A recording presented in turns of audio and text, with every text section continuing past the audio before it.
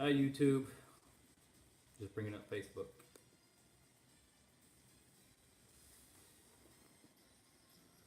In a minute here.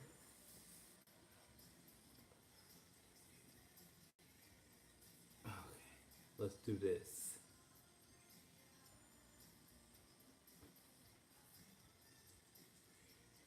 What's up, everyone? Jeremy Majors here with Majors Academy Dog Training out of Green Bay, Wisconsin, and we are live on Facebook, 6 p.m.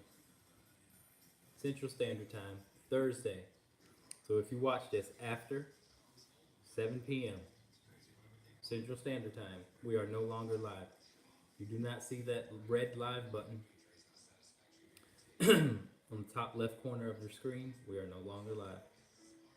I will do my best to answer your questions if you type them in, but I cannot answer your questions live anymore. So I won't be live anymore. But we'll be here for the next 45 minutes to an hour, depending on how many questions I get. So strap in, and if you have any questions, feel free to ask, and or if you just want to, join in the conversation, you're welcome to do that as well. All right. What? Is here on the computer. How can we watch the live presentation? You have to, let me answer that question real quick.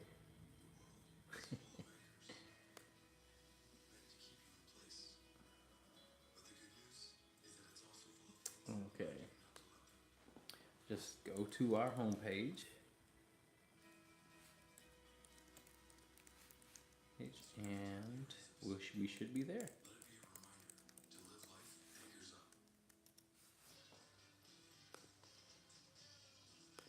I may have to refresh the page. Am I allowed to ask how Bam Bam and Stella are? Of course you are. They're great. One of the things I've noticed, well, I've noticed a couple of things, but one thing in particular that I've noticed that we're working on is their separation anxiety between each other. So if I take one out to the bathroom, the other one gets a little antsy, especially Bam Bam. So we want to work through that. And Stella is finally, she's warming up to me more and more each day, and taking direction really well. So we are well on our way. Yeah, they're doing great. So any questions about them, feel free to ask. But they're good dogs. All right, let's get started. Cheers. Who's that? Who said that? Cheers, Amy. Okay. Water.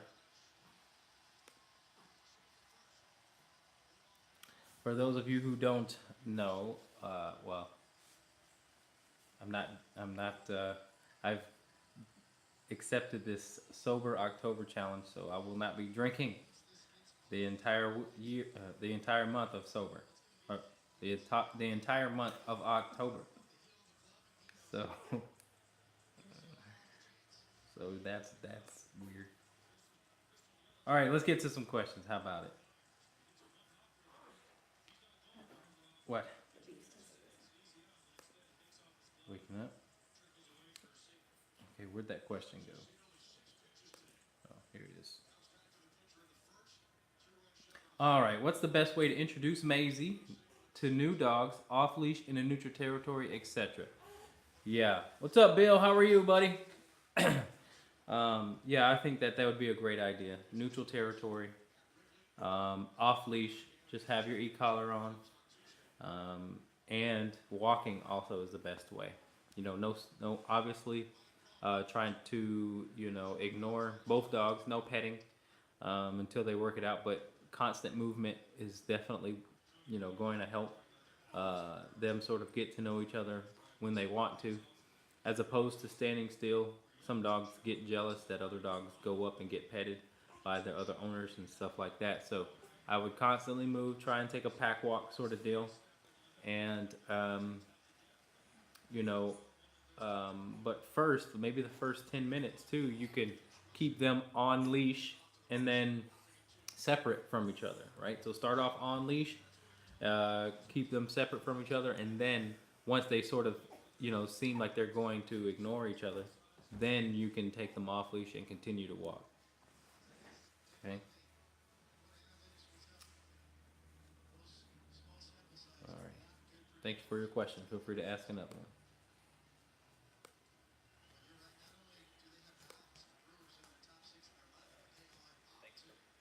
Okay. What are your thoughts on demoting a dog if they have had bad behavior? Also, if you have more than one dog, but only dog is causing problem is fine for the well-behaved dog to be on the couch. I hope this makes sense. Yeah, that's fine. If both dogs are allowed on the couch and one dog is misbehaving, then you can tell the one dog to get off the couch. It doesn't have to be both dogs are off the couch if that's what you mean.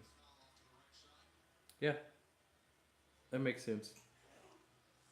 Thank you for your question. Okay, what's the best way to approach a stranger about correcting their dog? I always see a dog who is very fearful and bares teeth, and they have her in a harness. And every time she reacts to the owner, crouches down and touches her and tries to hold her back. I say he's actually encouraging her behavior by doing this. Am I right? Or should I say something to him? I don't know. I don't usually say things to people like in that situation unless someone's getting ready to be bit or some dog's getting ready to be hurt. I don't necessarily do that. I used to way back in the day, but I only help people who are wanting my help. Some people take it the wrong way. But not even so. Yesterday, I was walking, and I had my little boy with me. I was walking dogs in the neighborhood, and I could see this dog owner just was oblivious to any sort of, knowing what to do with their dog on leash. And I went the other way, and then they ended up meeting me on the other side. And so I was like, all right, well, I got to walk past this dog that was out of control on a retractable leash. I got probably 40 feet away from the owner, and the owner somehow drops the leash, and now the dog is running towards my dog, and I'm, trying to shoo that dog away, telling the, because I had no idea the intentions of this dog. I had no idea. But it wasn't one of a friendly greeting. But so the dog was circling us. So here's a little tip, I guess, to try and keep the dog away from your dog and whoever else. But I just faced the dog, so I never let the dog go behind me or get behind me. And then I was shooing the dog away with my foot, sort of deal. Right? Never touched the dog or anything like that. But the dog was trying to circle and get behind us, but I was facing the dog until the owner could grab the dog. The dog was not listening to the owner at all, so it could have been a bad situation, but yeah, that's what happened to me yesterday. So even still, I was still kind of angry or whatever to even tell him that he needed help. But if I had seen him again, then I would suggest training. So that's that. All right, let's see. All right, so we might as well get into the topic of this whole thing. I want to talk about time. It's something that I have was thinking about earlier this week, and I wanted to make sure I wrote it down so that I could tell you guys about it and tell you what my thoughts are on how time is, a factor in dog training, and then how two different ways you can go about,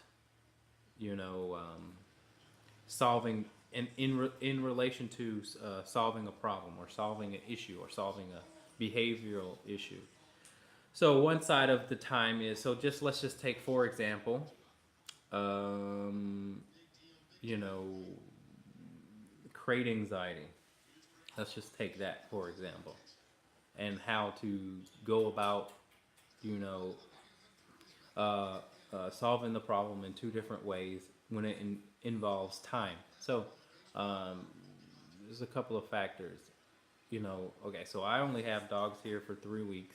That's not a lot of time compared to if I give the owners the tools to solve it completely, because they have the dog for the rest of their life. So what I want to do when I'm trying to solve crate anxiety is um, getting the dog to respect the fact that he or she has got to wait to come out of the crate. Okay, and so I want to be able to open up that door and the dog wait. I say stay, and the dog waits until I say, you know, I release the dog. Um, Now, here's where the time can be of good value to you. So when I say time as far as crate anxiety, when I open up that door, I want the dog to, again, the point of the situation is that the dog doesn't rush out. He sits there and he waits. Okay. Some dogs in that regard may seem confused at first. And depending on how bad their crate anxiety is, they may not know how to handle themselves in that situation. Some dogs don't know how to be out of control of their own, you know, life, basically, and especially in regards to crate training. They're usually always busting through the crate when you open that door, or just rushing out and then being able to do what they want. Again, so some dogs really don't know how to handle not being able to do that, and they will seem confused in that scenario. So, how time is, you know, your best asset there is that the consistent asking of that behavior then allows the dog, with time, start to see exactly what it is you want and how it is going to best serve them. Okay, so they develop patience in that regard, but it also helps them, you know, respect that boundary. So I don't want my dog to come out of the crate, rush out of the crate. I want them to actually look at me before they come out, in a way asking to come out. And so time can help with that. The other way that you can do that, so that means time day in, day out, right? Day in, day out, just getting them to sit for about, you know, 30 seconds and then coming out. The other way that you can approach the trying to get them to feel good about it or not confused about it is to stay there for a very long time each session. So again, I have 3 weeks with them, so I might stand there for a good, you know,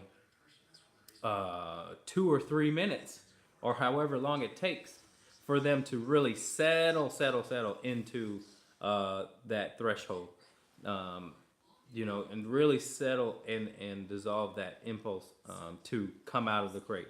Because again, you can fast track it, or you can not wait as long, 30 seconds, but the dog still may be in a very, like, you know, tense mindset, which is okay as long as they're respecting the boundary, because the one way of time that you have on your side is that the dog stays with you for the rest of your life. So eventually you'll get there.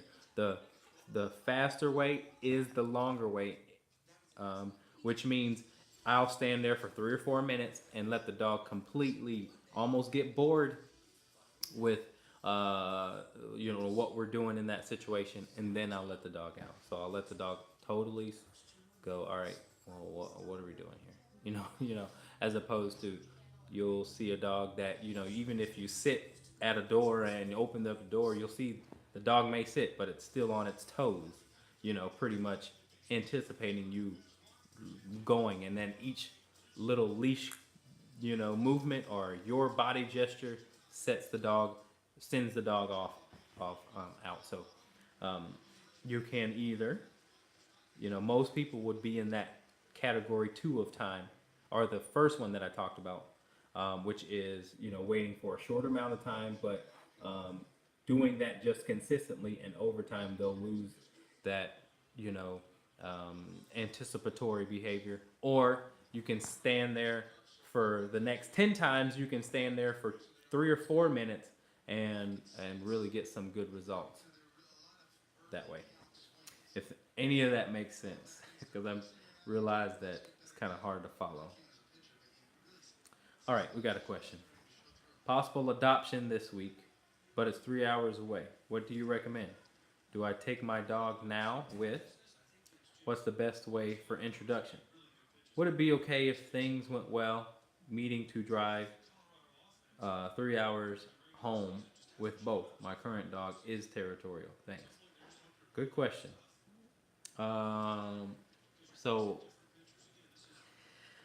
Okay, so I'll tell you what I do. I'll tell you what I would do, and then maybe I'll tell you what I would recommend. I'll just give you a few options.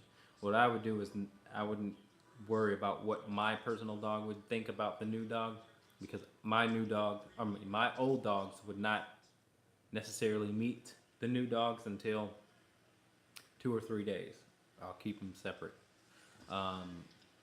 And I will obviously, but that being said, I have a certain level of control over my dogs to where they will allow it to happen, allow the separation to happen, and then allow certain things to be learned before actually dogs meeting nose to nose, which is, the dog they know that the other dog is there. They can smell the dog. And then they actually, if they respect your control, it makes it easier, an easier transition for the dog that you have at home.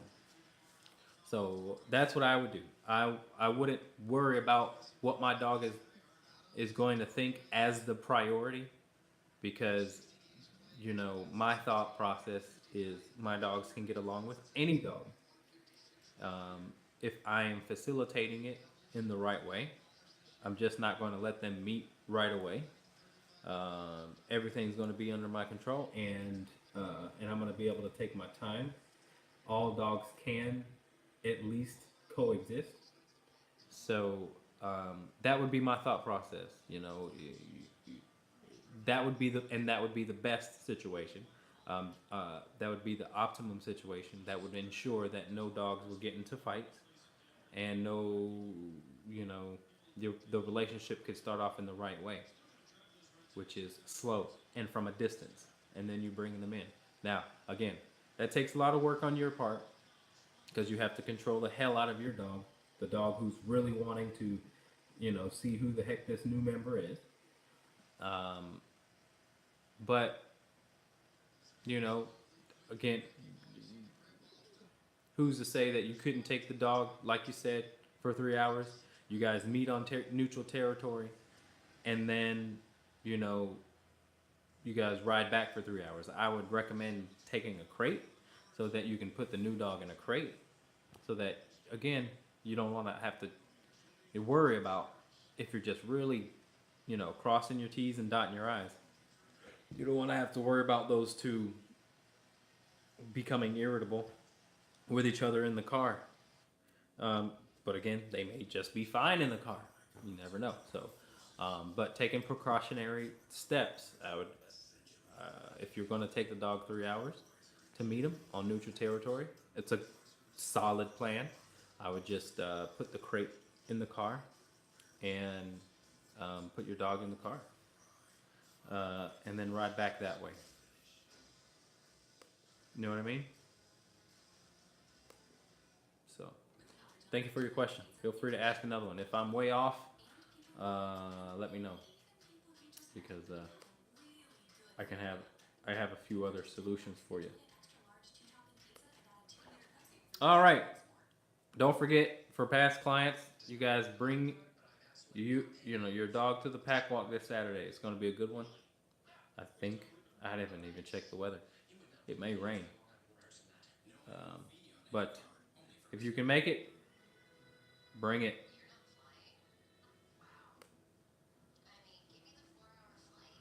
All right. More questions. How do I get my dog to stop barking at the window? Uh, they only bark when people and or joggers, bikers, and dogs walk by. Okay. Um, I want all your solutions. I mean, those are the best two that I have, but there's many of them. But but the first one, if you can achieve that, I can guarantee that there will be no problems. All right. Um, how do we get the dog from stop barking in the window? Um, get the dog to not be able to look out the window when you're home, especially when you're home. So when you're home, give the dog a job to do other than looking at the window, out the window. Um, put put a dog bed away from the window, and then put your dog on the bed, and make sure the dog knows how to stay on the bed. That may take time.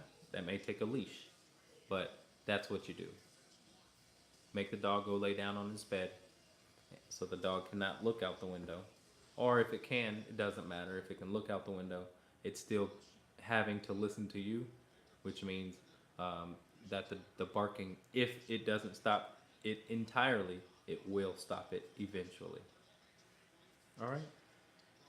Thank you for your question. Okay. Let's see. What's your advice on breaking the habit for yelling at the dog who listens to no when it's in a nasty tone? If you are constantly yelling at your dog, then check how consistent you are with your dog. Um, you shouldn't always have to yell at them. Only maybe in certain situations. Only maybe in situations where your dog is running from you off leash at a squirrel or towards a dog or towards a stranger. Um, OCD marking outside. Oh, sorry. Let me finish that question. But yeah, if you're yelling at your dog all the time, just check how consistent you are with what you want him to do, and and then you should only be able to, you can talk to them in a normal tone. You should be able to, if things are sort of consistent. Does that make sense? All right. OCD marking outside. Uh, do you want it to stop? I don't really know what you want there. There's yeah, it's better than inside. I don't know when it comes to marking outside. I mean, I don't really know. I don't really care if my dogs mark outside. It does have something to do. Some people can say that it does have something to do with their confidence, or their lack of confidence. But some dogs just love to mark. I don't really stop dogs from doing so, as long as it's not in my, flowers much, or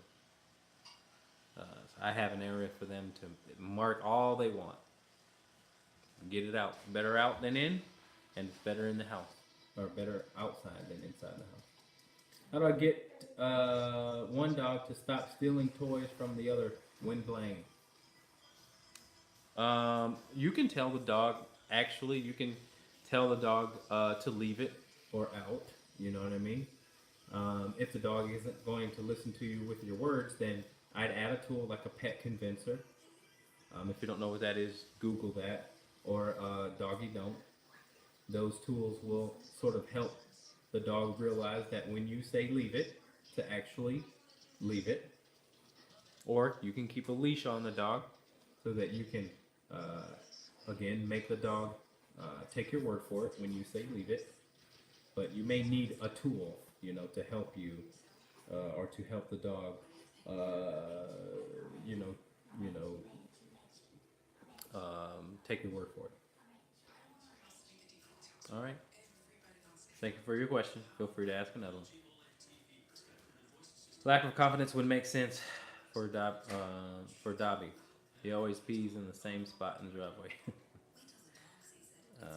On structured walk. Oh, so you're talking about peeing on the walk? Okay. Uh, if your dog is peeing on the walk constantly, then I would say to teach the dog how to heel properly, which would mean, allow the dog to. I usually allow my dogs to pee in the backyard, pee and poop in the backyard before we take a walk, and then there's little to no peeing anyway. I don't allow them to really sniff the ground when we're walking, because when we're walking, we're just walking, and I deal with insecure dogs when it comes to being on leash, and so that's one of the things that we practice is just head up the entire time, kind of, and just walking as opposed to sniffing everywhere. So just keep the dog from sniffing at a very basic level. That would do it. Because the dog is going to sniff before it pees. So. Are there ways to stop puppies from jumping? We have many in daycare, and I'm unsure how we can stop the behavior and, if possible, work on at home.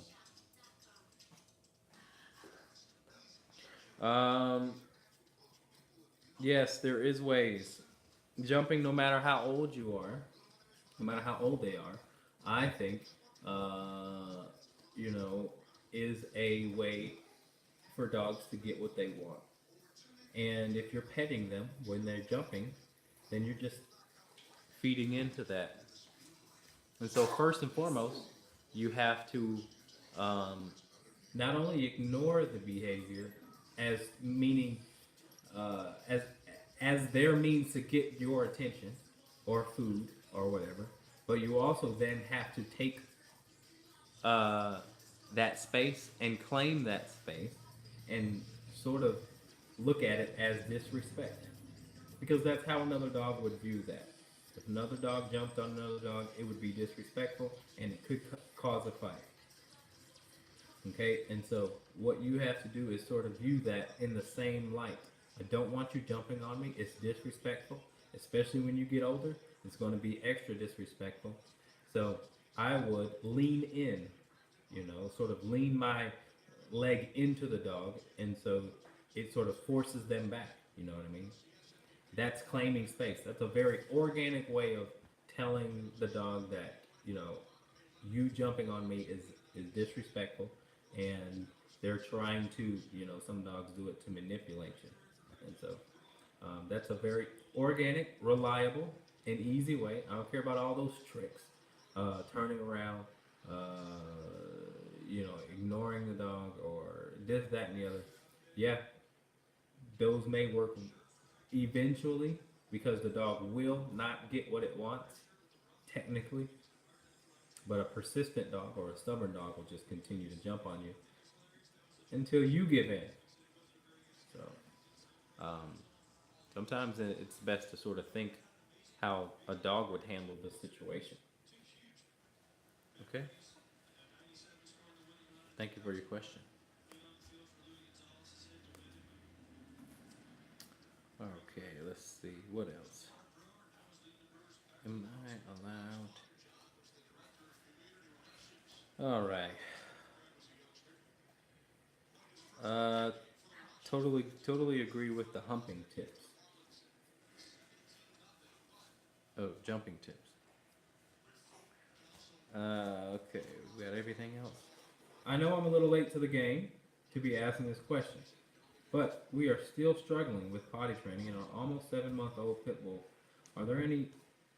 Are other dogs who is 3 caught on right away? Our other dog, who was 3, caught on right away, and we never had problems. We do not crate him. I mean, we do not crate train. I know I'm not sure if that's bad. We didn't with our other pit bull. Can you please give tips and suggestions at this point? I literally can't clean up one more pee or poop. Crate the damn dog. I feel your frustration. Put that dog in a crate. If it's free, if the dog has free roam of the house, and it has recent smell of pee and poop in the house, it's just gonna think that that's the place to pee and poop. So, crate the dog until you can get that clean, or that smell cleaned up for the most part, and then it's all about watching your dog as well.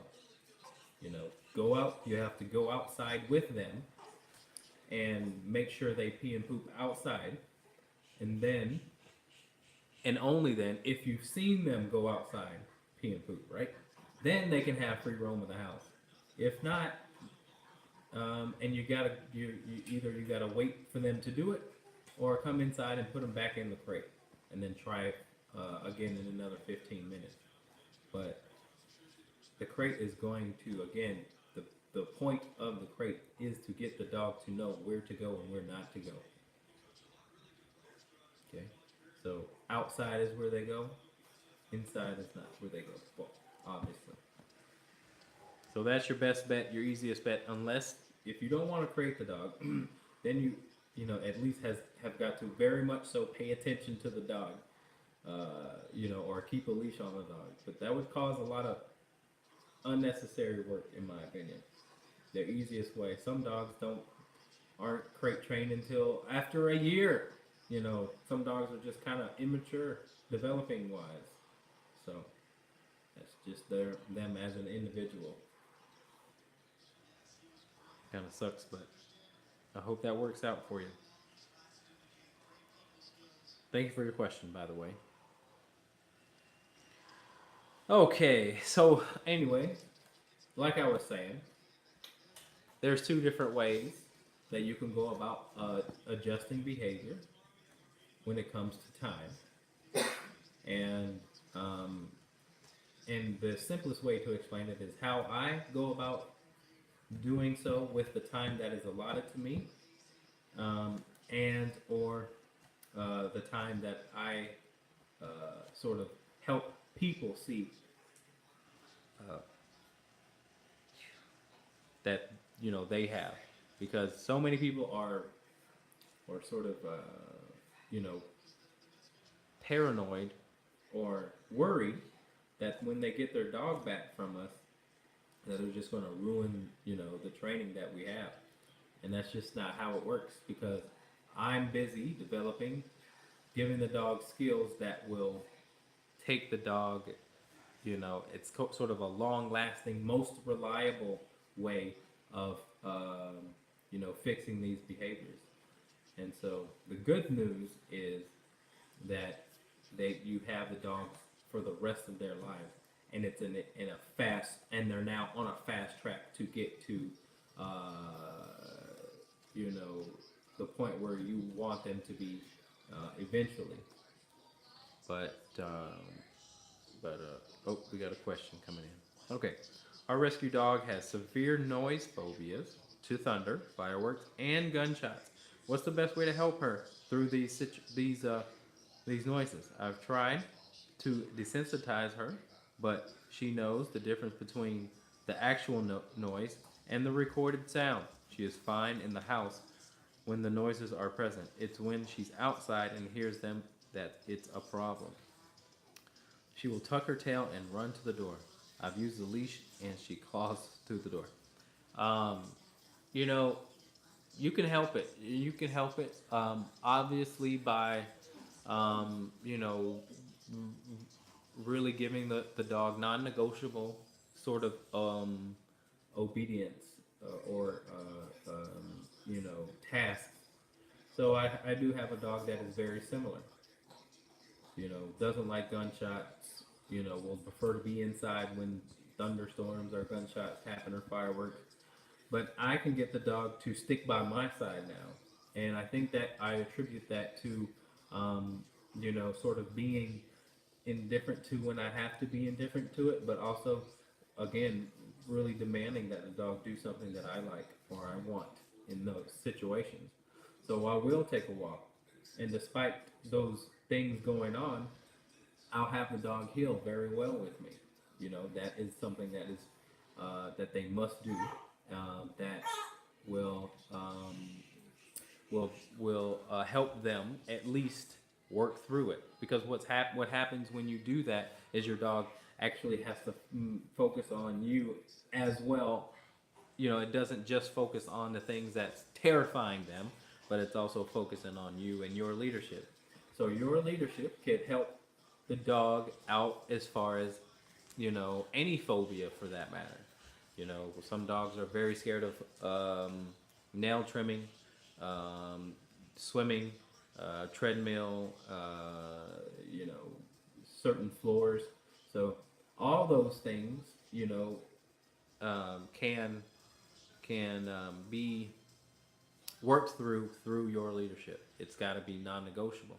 Their attempt to get out of the situation can't last longer than your attempt to keep them in that situation, if that makes sense. You have to sort of be more stubborn than the dog, and you can see some incredible turnaround. Dogs that hate water can end up loving water. Dogs that obviously hate their nails, the thought of the nails, can end up tolerating it, or even just what I do. Dogs that hate other dogs can end up loving other dogs, but it's through my, leadership that I help those dogs turn around. All right. Thank you for your question. Would you suggest I take her outside when these sounds are going on? I do use an e-collar with her. I mean, sure. I mean, I don't know. You could start off by seeing if you can actually get the dog to listen to you in the house when those things go on. Let's just say, okay, she does have a little bit of a problem when she's in the house. Then you can address it on a smaller level, is what I'm saying. It's not going to be as terrifying in the house. If she's still a little nervous in the house, then I would go ahead and get started with desensitizing her in the house, not with your noises that you can make, but just when those things are going on. Give the dog a job to do, in a safe environment where the dog doesn't run away. If you're going to do it outside, make sure you have a really long leash, but because you don't want tension on the leash, because that's just holding her back. So I would have a long leash in case she wants to run away as well. All right. Good question. All right. You guys feel free to ask more than one question as well. You can even ask for a friend. Ask as many as you like. You're welcome. Bounty time. Let's see. Greetings from the Caribbean. I like your dedication and passion for dogs. Thank you. Thank you. I appreciate that. Thanks for watching from the Caribbean. Wish I could go there. The weather's getting a little chilly around here. Okay. So anyway, got a question that just popped up. All right. Where's that? Any idea why my Doberman paws at me while I'm sitting? Clearly he's trying to get my attention, but even when he has my attention, he paws at me. Not hungry, doesn't need potty. I've tried ignoring it, redirecting it physically by moving away from him, using a spray bottle. Yeah. I mean, you answered your own question. It's just he wants your attention, or he wants more of your attention when you're giving it to him. If they continue to paw after you've given them attention, they just want you to continue to give them attention. So that's just their way of sort of getting what they want. But you can solve that by again redirecting them. But I would give them something to do, like go lay down on your bed. That's what I would do. Like, go away. You know, Dobermans are, I think they're kind of known for that. So, yeah, it's just for your attention, and that's a good realization too. Once the dog has his needs met, you know, um, you shouldn't really always give in to their attempt to make you do something, because then they're training you really. And a lot of dogs that I work with, fearful and aggressive dogs, use that, and it can be in a negative result. So it's very, very, very good that you're conscious of um, what's happening, because and it's totally okay to become sort of sick of your dog. Sort of like, all right, enough's enough, go away. It's fine, it's great. It's a healthy thing, because a lot of dogs become way too codependent. If you're always there, and those are the dogs that follow you everywhere around the house and can't leave your side and go in the bathroom with you. While that is charming sometimes, it also can lead to behavior like becoming territorial in an aggressive way of your home. So that's good that you recognize that. So yeah. Other than that, I got to post up the dogs of October yet. Haven't had the chance to do so, but I will be posting those dogs up, and you'll get a chance to see them and how So keep up with us during the month of October. We'll be putting updates of all the dogs we have. I don't have. Well, I actually do have some difficult dogs. I have a really dog aggressive dog, and I have a really human aggressive dog. And then I have another really fearful dog. So I have some good, some juicy ones as always, but they're all good dogs at heart. My mom has a rescue dog who is deathly afraid of men. What can be done, please? Well, your mom has got to show the dog how to listen amongst men. How to listen to you. Your mom's leadership is going to be able to open up the dog's mind to accepting certain men. Right now, if a dog is allowed to be afraid of men or anything like that, then that speaks of the lack of security and respect between your mom and the dog. So respect and trust are the two most important things when it comes to shaping behavior and or creating a secure relationship. Trust and respect. Not just friendly. Not just she's my companion, because that's not enough. Dogs can be caught or kept in their insecurity if it's just a friendship relationship. Okay, you got to be able to tell the dog to do something and the dog actually do it.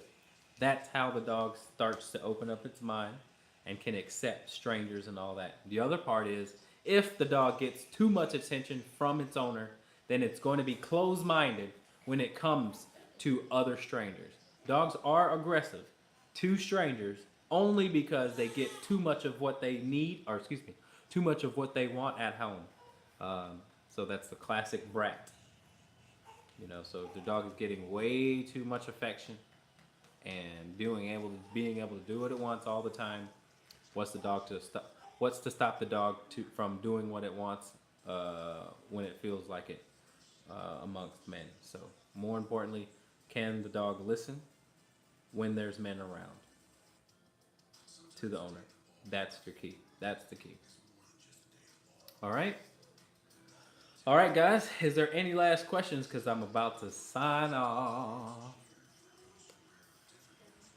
No? All right, guys. Hey, one more. Okay, sorry. How do we feel about the gentle leaders for basic training and control? I think it's a great thing. I think if it works for some dogs, then it's a great tool. Whatever works. It's all good. It's all good. All good, all good, all good. I don't care about what tool that you use, as long as it works. Martingales or gentle leaders are good too. What we're after is why or how effective, how or what are we doing to reach the dog? Can we reach the dog? What tool reaches the dog? Because I can train a dog. I train my dogs. I don't use tools. I don't have to because I know what I'm doing, obviously, but I then also have time. Tools are a shortcut to do what? Be able to reach the dog. If a leash is a tool, if we could get the dog to heel without a leash and the dog listened to the word heel, then we wouldn't need a leash. But they don't. Most dogs need the leash to get to that point. So we need all tools in order to reach the dog to listen to our words. That is the point. So whatever tool works, that's what you use. Okay? All right. When you mention the dogs who follow you all over and act super needy, our male is like that with me. I am full-time stay-at-home mom, and he has always followed me everywhere. We do have problems with him acting fearful and aggressive when people come over. I'm not surprised. Do I need to ignore him during the day? You do. You do. You need to give that dog something to do. You need to shoo that dog away from you. You're going to create a codependent issue. It's going to be like you're raising a big infant, like the 30-year-old who still lives in the basement, who can't even, go to the DMV by himself because he's scared. But you see what happens is you will create a fearful dog, one that doesn't even know how to be away from you. So you want to create a certain level of autonomy in that relationship, not a clingy one, because again, you're just holding on to that insecurity, and he feels free to act out. But if on a day-to-day basis he's got to do something for you, then the fear aggression will go away as well. Okay, because he had to have listened to you. You got to get him to listen to you when it's only you two. It's just like raising a child. I realize I'm raising a young boy now, but you can't expect, your baby to act a certain way in public if you don't sort of, enforce that when you're home. You know what I mean? So same thing with the dogs. If you can literally train your dog to be respectful of the world inside your home when it's the most convenient not to discipline them. It's most convenient to allow your dog to do whatever they want in the comfort of your home because you're comfortable, he's comfortable, there's nothing to fear. But when we want to get them to listen when people come over, well, that's only a small percentage of what happens in that dog's lifetime anyway. 90% of the time, it's just you guys. So get the dog to listen really well during the 90%. And then when that 10% of when strangers come over, the dog will listen better. All right? Thank you for the question. That's a really great question. It's going to help out a lot of people. So I appreciate it. All right, guys. I'm going to hop off here. It was a pleasure, always. Hope you guys learned something. If you did, give me a thumbs up. We'll be here next Thursday, 6 p.m. Central Standard Time. And I do have a lot of rules, boundaries, and limits for them. We're super structured. Then don't let them follow you. How about that rule? Add that rule. Okay? All right. We'll see you guys next time. Bye-bye.